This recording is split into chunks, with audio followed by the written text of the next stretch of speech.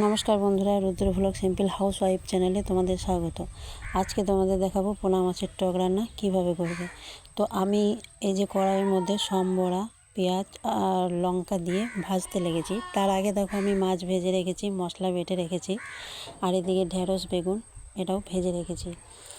আর তেঁতুল কিন্তু ভিজতে দিয়ে দিয়েছি। ডালের মধ্যে দেওয়া আছে আলু, কারণ আমি আলু খেতে পছন্দ করি টকে, তাই আলু দিয়েছি। তোমাদের ইচ্ছে হলে সেদ্ধ করে রাখতে পারো, সহজে করবার জন্য আমি ডালে দিয়ে দিয়েছি। তোমরা যেভাবে হোক আলু সেদ্ধ দিতে পারো। তো যাই হোক, এখন তেলের ওপরে যখন আলু সেদ্ধটাও আমি দিয়ে দিয়েছি, সেদ্ধ করা আলু দেবে, কিন্তু আলু সেদ্ধ বলতে আলু মাখা নয়, ঠিক আছে?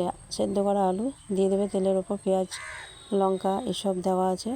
এই দেখো মশলাটা আমি কীভাবে তৈরি করেছি সেটা তোমাদেরকে বলছি। মশলাটাতে আছে হচ্ছে সম্বরা, গোলমরিচ আর আছে কালো সরষে। এটা দিয়ে একটু ভালো করে ভেজে নিয়ে তারপর তুমি শুকনোও বাটতে পারো, ভিজেও বাটতে পারো।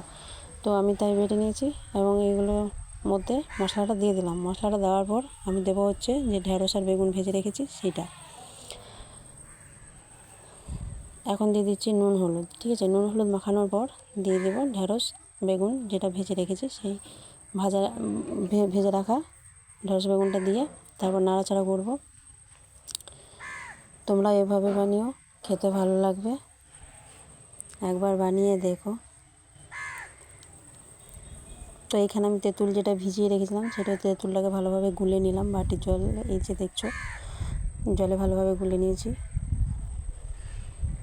তো এখন ঢেঁড়স বেগুনটা দিয়ে তারপর আমি ওই তেঁতুল জলটা দেবো।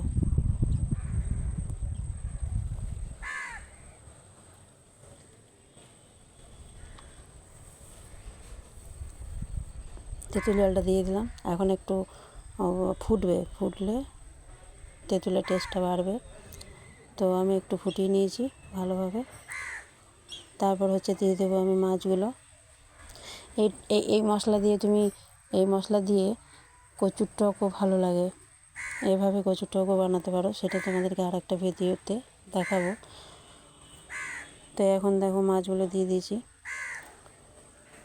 তো এইভাবে মাছের টক রান্না করো। এখন একটু আগুনটা কমিয়ে দিও, তাহলে মাছটা ফুটফুট করে ফুটবে, সেইটাতে টেস্ট আরও বেশি ভালো লাগবে।